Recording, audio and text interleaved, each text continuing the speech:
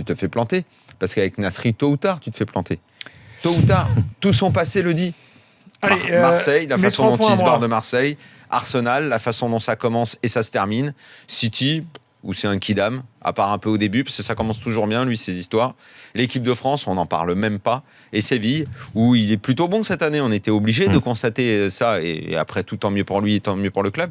Mais au moment le plus important, ou en plus, parce que si c'est le Real en face, t'as pas de regret. Mais là, Séville, ils peuvent aller en quart sur cette double confrontation. Et ben, le coup de couteau, qui est-ce qui te le plante? Nasri qui fait un match de merde et qui en plus te prend un carton rouge en faisant en sorte que ton équipe termine de façon grotesque. Voilà. Nasri te plantera toujours, c'est une règle.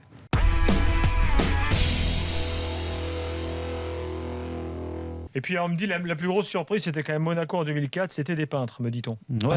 Exactement. Monaco, c'est une vraie surprise. Mais nous, c'était une surprise d'aller au bout. Moi, je suis bien placé pour le savoir. Avec Bien sûr, avec Zico, c'est Bernardi. c'est une surprise, mais comme quoi, ce que je viens de te dire, c'est que Avec Roten et Julie. c'est que La fin des Galactiques. Avec ouais, Dado mais- Percho et Morientes. Eh ouais, mais attends, t'imagines? Non, je mais plaisante. sans déconner. Non, mais t'as raison, mais c'est une surprise, Non, mais nous, à c'était l'époque. évidemment inattendu. Mais par contre, on avait un cœur aussi gros, voire plus gros que celui de Leicester ce soir. Et il y avait. Mais le pire, c'était quand même Bruno Rodriguez et Gaël Givet. Et ouais, mais je Julien t'annonce- Rodriguez. Julien Rodriguez. Ouais, Oui, Bruno Bruno, Rodriguez, c'était Bruno, le- c'était Je l'attaquant. t'annonce, mais à l'époque, Surnommé tu le leur bison, mets Julien Rodriguez. un ballon devant eux, tu vas voir ce qu'ils t'en font du ballon.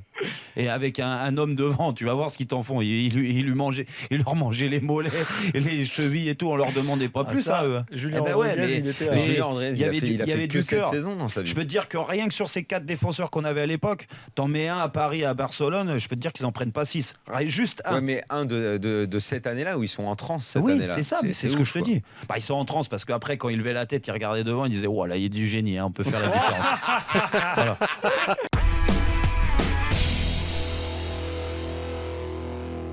Ranieri était l'entraîneur idéal pour cette première saison qu'il a vécue avec eux. Il a été un organisateur formidable, il a été un psychologue d'une rare finesse, mais après le titre, moi, dès le mois de septembre, j'entendais pas mal de rumeurs circuler sur l'état d'esprit dans le vestiaire de Leicester qui nous faisait peur, quoi. Et je crois que le plus gros problème, ça n'a pas été de se séparer de Claudio, c'est le moment et la façon dont on s'est séparé de lui.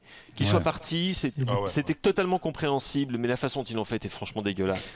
Et les joueurs, je pense, ils ont, en effet, comme tu le dis, Daniel, ils se sont sentis un petit peu, faux cul. Et ils se sont sentis, je dirais pas qu'ils ont trahi, mais ils ont fait preuve d'une certaine lâcheté à cette occasion, et là ils sont en train d'essayer de...